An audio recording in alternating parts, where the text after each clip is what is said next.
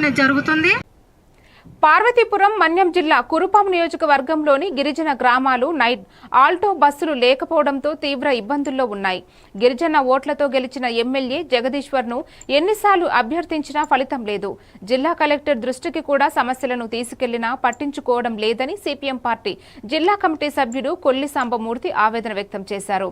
ప్రాంతీయ వసతులు, వంతెన పనులు ఆలస్యం కావడంతో ప్రజలు అసంతృప్తి వ్యక్తం చేస్తూ పెద్ద ఆందోళనలకు దారితీస్తామంటున్నారు.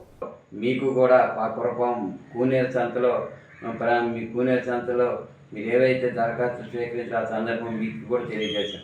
కానీ నేటికి కూనేరు బస్సు కూడా ఏం పరిస్థితి ఉంది. అలాగే కూనేరు నుండి మసిమండ పూడేసి మీద లంచి గ్రామానికి రహదారి సౌకర్యం ఉన్నప్పుడు కూడా బస్సు ఏం సౌకర్యం ఉంది. ఈరోజు ఉచిత బస్సు అని చెప్పి అంటున్నారు. మరి ఉచిత బస్సు వేయడం చాలా సౌపరిణం. మరి గిరిజన ప్రాంతాల్లో మహిళలకు ఉచిత బస్సు అందకపోతే, ఉచిత బస్సు యొక్క ఫలాలు అందకపోతే మరి దేనికి ఉపయోగం అని చెప్పి కోరుతున్నాం. ఈరోజు లంజి నుండి కానీ మసిమండ నుండి పూడేసి నుండి కానీ ఎవరికైనా జ్వరం కానీ ఏదైనా అత్యవసర పట్టులు రావాలంటే ఈరోజు ఆర్ఎంపీ డాక్టర్లు కూడా వైద్యం అందించిన పరిస్థితి ఉంది. గత మీరు కూడా ఆర్టీసీ టీఎం చెప్పారని చెప్పి తెలిసింది.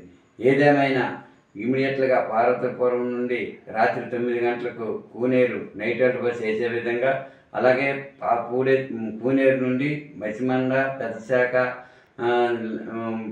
ఎండభద్ర మీద లంచి గ్రామానికి వెంటనే బస్సు సౌకర్యం కల్పించి ఉచిత బస్సు యొక్క ఫలాలు గిరిజన మహిళలకు అందే విధంగా చర్యలు తీసుకోవాలని చెప్పి మేము సిపిఎం పార్టీ ఆధ్వర్యంలో విన్నవించుకుంటున్నాం.